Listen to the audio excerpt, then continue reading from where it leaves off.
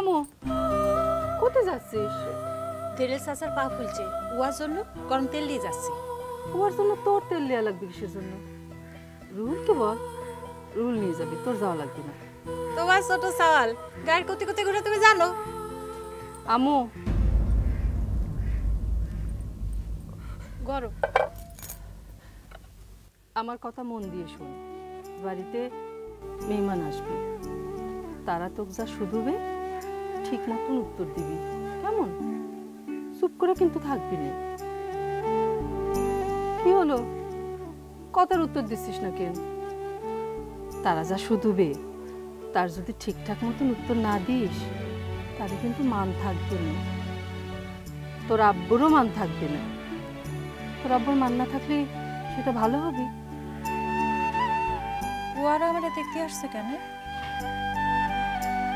ওরা তো কেন দেখতে আসতেছে সে কথাও কি আমার কওয়া লাগবে? তুই নিজে বুঝিস না? তুই কি আর ছোট আছিস, বড় হয়েছিস না? আমার চল ভিতরে চল, তোর তো একটু সাজাই গুজাই দিতে হবে নাকি রে আমু? আয়।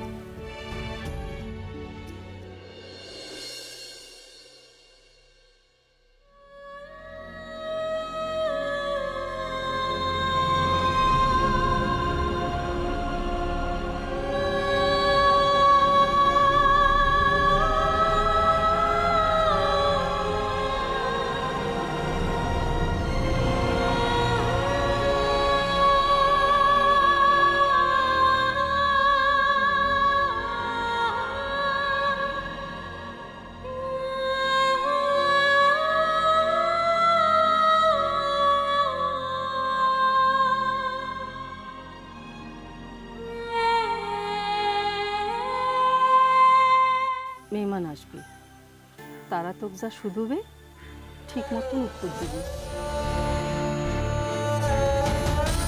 তারা যা শুধুবে তার যদি ঠিকঠাক মতন উত্তর না দিস তাহলে কিন্তু মান থাকবে না, তোর আব্বুরও মান থাকবে না। তোর আব্বুর মান না থাকলে সেটা ভালো হবে? ওরা তো কেন দেখতে আসতেছে সে কথা কি আমার কওয়া লাগবে? তুই নিজে বুঝিস না? তুই কি আর ছোট আছিস, বড় হয়েছিস না? আমার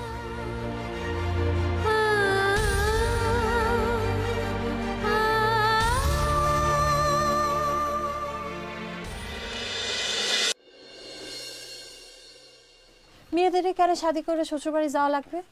বিটা ছেলেদের মতো কেন নিজের ঘরে থাকতে পারবে না? এটাই তো নিয়ম।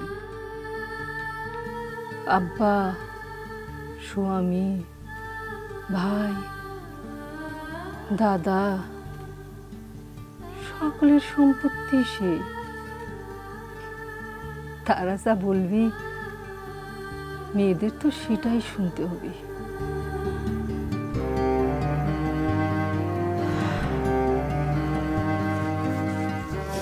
আমু, তুই কোনো চিন্তা করিস নে রে, মনের মধ্যে কোনো কষ্ট রাখিস নে।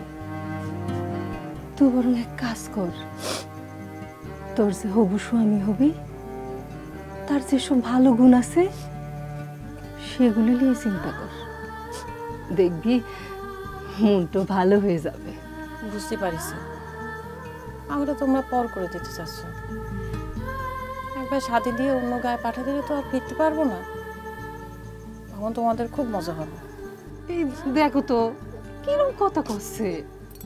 এই আমু, তো কেন আমরা পর করতে যাবো রে? হ্যাঁ, তুই তো আমাদের বড় মেয়ে আছিস, তাই না? সত্যি? কোনো চিন্তা করিস না রে আমু, প্রতি বছর তোরে আমি